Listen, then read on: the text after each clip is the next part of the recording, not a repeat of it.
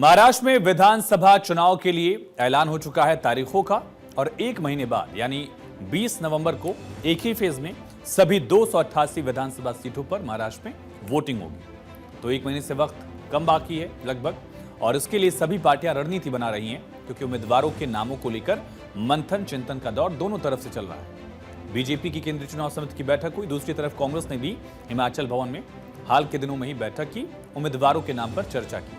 मंथनों का दौर, चर्चाओं का दौर, लिस्ट बनाने का दौर, दावेदारों में से उम्मीदवार को चुनने का दौर जारी है। लेकिन महाविकास अघाड़ी यानी एमवीए जो मुख्य विपक्षी अलायंस है, इंडिया अलायंस महाराष्ट्र में एमवीए हो जाता है। एमवीए में सीट बंटवारे का पेच अभी तक सुलझ नहीं पाया है। चुनाव की तारीखों का ऐलान हो चुका है, लेकिन यहां भी चर्चाओं का दौर ही जारी है और इन चर्चाओं में भी बात सुलझ नहीं रही, उलझती चली जा रही है। खबर है कि सीट बंटवारे को लेकर एमवीए में मतभेद उभर आ चुका है। इसकी तस्दीक उद्धव गुट वाले शिवसेना के नेता सांसद संजय राउत ने की है। संजय राउत का स्टेटमेंट सुनिए और समझिए कैसे महाविकास अघाड़ी में विरोधाभास दिख रहा है। बहुत सी सीटों पर फैसला हुआ है, कुछ सीटें ऐसी है जिसके ऊपर फैसला नहीं हो रहा है। अब टाइम कम है बहुत,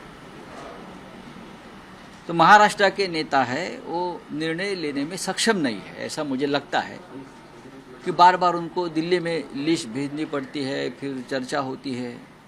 अब वो समय निकल चुका है। हम चाहते हैं कि जल्दी से जल्दी ये फैसला हो जाए।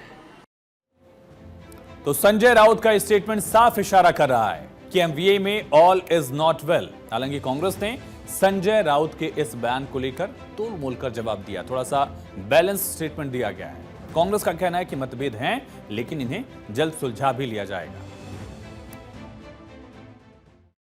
सीट शेयरिंग हो रही होती है पार्टियों के बीच में, इस तरह के पड़ाव, मोड़, स्पीड ब्रेकर्स सब आते हैं, लेकिन हर बार आपने देखा कि ये पड़ाव, मोड़ और स्पीड ब्रेकर्स हम मिलकर पार भी करते हैं। इस बार भी कर रहे हैं, कोई विवाद नहीं है। हाँ, संवाद होता रहता है, कई बार होता है कि ये सीट उनको भी चाहिए, हमको भी चाहिए, किसी और को भी चाहिए, फिर उसमें बातचीत होती है और बातचीत से रास्ता निकलता है, अभी भी निकल रहा है। तो एक बड़ा मुद्दा है, ये लगातार कहा जाता रहा। जब उद्धव ठाकरे मुख्यमंत्री बने थे 2019 में, इसके पहले वाले विधानसभा चुनाव में, तब भी कहा गया कि ये नेचुरल अलायंस नहीं है। शिवसेना पारंपरिक तौर पर बीजेपी के साथ चुनाव लड़ती रही, प्री पोल या फिर पोस्ट पोल भी सरकारें शिवसेना प्लस बीजेपी की बनती रही। लेकिन इस बार 2019 में शिवसेना कांग्रेस एनसीपी की जब सरकार बनी, तब यही कहा गया कि एक वैचारिक दो मोर्चों की सरकार है, इस वजह से ये नेचुरल अलायंस नहीं है, जैसा पीडीपी और बीजेपी को लेकर जम्मू कश्मीर में कहा जा रहा था। और अब जब प्री पोल अलायंस यहां शिवसेना कांग्रेस एनसीपी एसपी का फिर से हो रहा है, शिवसेना उद्धव गुट, तो फिर से वही कहा जा रहा है। और क्या यही कारण है कि एक बार फिर से यहां मतभेद दिख रहे हैं, विवाद दिख रहे हैं? हालांकि कांग्रेस ने स्पीड ब्रेकर बता रही है कि स्पीड ब्रेकर्स हैं, लेकिन बातचीत से मामला सुलझेगा। हालांकि लोकसभा चुनाव के पहले भी 48 सीटें जो महाराष्ट्र की हैं, इस तरह का विवाद दिखा था, लेकिन तब एमवीए ने बातचीत करके मामलों को सुलझा लिया था। लेकिन क्या यह स्थिति बदलेगी या फिर से हम इसी तरह से मतभेद देखेंगे? सवाल यह है विधानसभा चुनाव।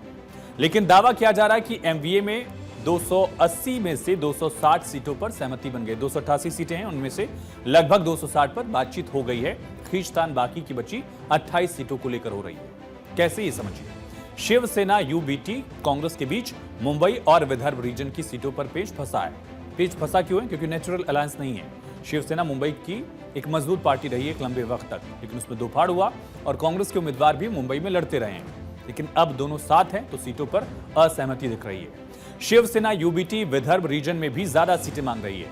उद्धव ठाकरे ने कांग्रेस से विदर्भ में 5 और सीटें मांगी है। जितनी सीटों पर सहमति बनी उससे 5 और मांगी। कांग्रेस की नजर मुंबई की उन सीटों पर है जहां पिछली बार कांग्रेस नंबर 2 पर थी। मुंबई में विधानसभा की 36 सीटें हैं। 36 सीटें, 36 का आंकड़ा लेकर आ गई हैं इस अलायंस में। कांग्रेस 20 सीटों पर लड़ना चाहती है और शिवसेना भी चाहती है, उद्धव गुट भी चाहता है कि उनको ज्यादा सीटें हों।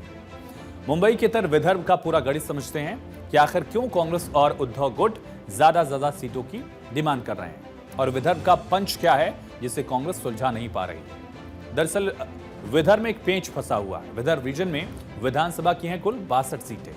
2019 में शिवसेना बीजेपी का गठबंधन था। शिवसेना और बीजेपी गठबंधन ने 62 में से 27 सीटें लगभग जीती थी। बीजेपी को 15 और शिवसेना को 12 सीट पर जीत मिली थी। विदर्भ में कांग्रेस अकेले 29 सीटों पर जीत हासिल करने में कामयाब हुई थी। सबसे बड़ा दल इस रीजन में कांग्रेस ही बनी थी। शरद पवार के नेतृत्व वाली एनसीपी को तब 5 सीटें मिली थी। अजित पवार की बगावत के बाद भी विदर्भ के विधायक शरद पवार के साथ बने हुए हैं, यानी 5 विधायक जो हैं वो एनसीपी एसपी के साथ हैं, शरद पवार के साथ हैं। शिवसेना में विद्रोह हुआ, लेकिन यहां स्थिति अलग है। यहां 4 विधायक एकनाथ शिंदे के साथ चले गए, बाकी बचे 8 विधायक उद्धव ठाकरे के साथ हैं। कांग्रेस और शिवसेना यूबीटी में पेच पुराने नतीजों पर फंसा है, क्योंकि 2019 में जीती 12 सीटों पर उद्धव ठाकरे की पार्टी का दावा है, मगर कांग्रेस इस पर राजी नहीं है। कुछ दिक्कत ऐसी भी है जहां शिवसेना के प्रत्याशी ने कांग्रेस को हराकर सीट जीती थी, उसको लेकर भी टसल है।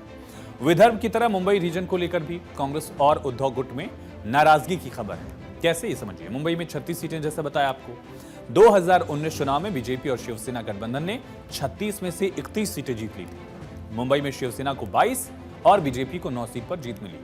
पारंपरिक तौर पर देखा गया, शिवसेना इस रीजन में बीजेपी से ज्यादा मजबूत रही थोड़ी सी। पार्टी में टूट के बाद भी शिवसेना के 7 विधायक शिंदे गुट में शामिल हुए, लेकिन उद्धव ठाकरे के साथ मुंबई से चुने गए 15 विधायक हैं। कांग्रेस ने 5 सीटों पर जीत दर्ज की थी। शिवसेना ने मुंबई में 25 सीटों पर दावेदारी की, यानी 36 में से 25 अकेले उद्धव गुट मांग रहा है। शिवसेना की इस मांग पर कांग्रेस राजी नहीं है। कांग्रेस कम सीटें देना चाहती है, शिवसेना उद्धव गुट को। और इन्हीं 2 क्षेत्रों को लेकर कांग्रेस और उद्धव गुट आमने सामने हैं। यानी महाविकास अघाड़ी में सब कुछ ठीक ठाक नहीं बताया जा रहा है। हालांकि कहा जा रहा है कि हरियाणा में हार के बाद कांग्रेस क्षेत्रीय दलों को सम्मान देगी, क्योंकि हरियाणा में जब कांग्रेस हारी तो यह कहा गया कि समाजवादी पार्टी, आम आदमी पार्टी को अगर कांग्रेस साथ ले आती तो शायद ये सीटों का आंकड़ा कुछ बदला होता। जहां बीजेपी 48 विधायकों को अपने जिता ले गई और कांग्रेस 36 तक सिमट गई थी, वो आंकड़ा कुछ अलग होता। और यही वजह है कि एक बार फिर से जब महाराष्ट्र के विधानसभा चुनाव की बात हो रही है, तब कहा जा रहा है कि इंडिया अलायंस में खास करके कांग्रेस पर यह दबाव है कि वो बाकी दलों को साथ लेकर चले, क्योंकि हरियाणा के नतीजों से सवाल कांग्रेस पर ज्यादा उठे हैं और विपक्षी दल जो उसके साथी सहयोगी हैं वो सवाल उठा रहे हैं। उद्धव और शरद गुट के अलावा अखिलेश यादव की पार्टी को भी साथ लेकर कांग्रेस चलेगी, ऐसी तैयारी दिख रही है। लेकिन फिलहाल इसको लेकर अभी कुछ तस्वीर स्पष्ट नहीं हुई होती, क्योंकि विदर्भ और मुंबई रीजन को पहले से ही उद्धव गुट और कांग्रेस में नाराजगी की बात इसको लेकर सामने आ रही है। और अब अखिलेश यादव की पार्टी भी नाराज बताई जा रही है। लेकिन ऐसे में सवाल यह है कि क्या समाजवादी पार्टी की मांग को एमवीए के दल फुलफिल कर पाएंगे। अब अखिलेश यादव और समाजवादी पार्टी की मांग क्या है, ये भी बताते हैं। दरअसल समाजवादी पार्टी चाहती है 10 से 12 सीटें महाराष्ट्र में मिले उसे अलायंस में। और सपा का तर्क भी है कि पिछले चुनाव में उसके 2 विधायक जीते भी थे। ऐसे में इस बार ज्यादा सीटों पर सपा ने दांव ठोका है। मुस्लिम बहुल सीटों पर समाजवादी पार्टी उम्मीदवार उतारना चाहती है। अब आजमी बड़े नेता है पार्टी के, और यही है वजह जिसको लेकर सपा दावा कर रही सीटों पर। सुनिए। चुनाव में करारी शिकस्त के बाद अब कांग्रेस महाराष्ट्र विधानसभा चुनाव में नई रणनीति के साथ उतर रही है। कांग्रेस डैमेज कंट्रोल करने की मूड में आ गई है, और यही वजह है कि कांग्रेस अब महाराष्ट्र और मुंबई के तमाम छोटे दलों के साथ गठबंधन करने पर मजबूर है। अब बताया जा रहा है कि महाराष्ट्र विधानसभा चुनाव से पहले समाजवादी पार्टी ने भी महाराष्ट्र की 12 सीटों पर मांग की है, जिस पर कांग्रेस की तरफ से कहा गया कि कुछ सीटें उन्हें दी जाएगी। कैमरा पर्सन रमेश के साथ मैं सोनी, भारत 24 मुंबई। तो क्या कांग्रेस ने मध्य प्रदेश में सीटें नहीं दी समाजवादी पार्टी को, फिर बारी हरियाणा की आई, वहां पर भी सीटें नहीं दी।